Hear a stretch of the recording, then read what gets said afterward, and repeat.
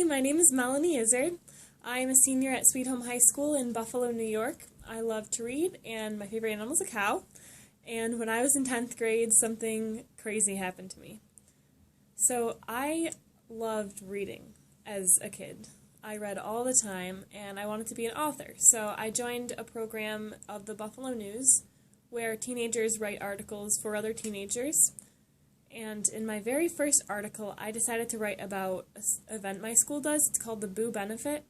It's a Halloween event, and all these kids from the elementary schools, they come up and they trick-or-treat at the classrooms, and there's a basket raffle for the parents. And it's a lot of fun for everyone. And each year we send the money that we raise to the Hope for Our Young Foundation in South Sudan, Africa. So I was writing this article, and I was running around like crazy trying to get all the interviews from the volunteers and the interviews from the teachers when the supervisor of the event came up to me and he said, "Melanie, Gabriel Boldang is in the cafeteria." Gabriel Boldang is the founder of Hope for Our Young Foundation, and he was in the cafeteria. So I had to go interview him, and I was crazy nervous. I was wearing my Alice in Wonderland Halloween costume, and I went in there, and I saw him talking to Mr. Aquilino, the supervisor. He introduced me to him, and as soon as I shook Gabriel's hand, I knew that was the kind of person I wanted to be. He told me all about how he came from South Sudan and how he was a refugee, and he learned English, and he had an education in Syracuse, New York, and how he just wants to bring it back and help the people in his country. So they built a school with money raised from our events and other events, and in that school he was telling me how the money that we raise now we're going to give to the teachers to help pay for the teachers and use money to build fences to keep the cows out. And it was just so crazy to think that there's cows wandering around this brand new school in Africa, and our group helped to build that school for kids to be educated.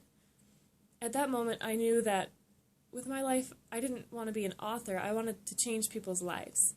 I want to help other countries that don't have the education and don't have the resources that we do to become developed and to become better.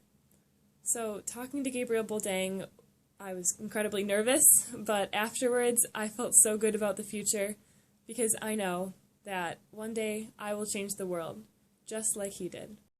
In the next 5 to 10 years, I know that I can make a difference.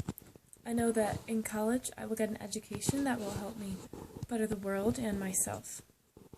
Just like Gabriel Boldang helped others in his country, I want to help others in other countries as well. I think that people in America are very privileged, and I think that I can share my gifts with people in other countries, and I think that at a school like American University where I can study abroad and learn in such a global way, I think that within 5 to 10 years I will be helping people just like he did, and I think that I can start up a program that will either build a school or help out people in Africa or other undeveloped countries. Meeting Gabriel Boldang changed my entire career path. I had planned on being an author and changing people's lives by reading, but I now want to change people's lives through action. He's inspired me to want to build my own program to help other people. Thank you so much for watching this video, and I hope to see you soon.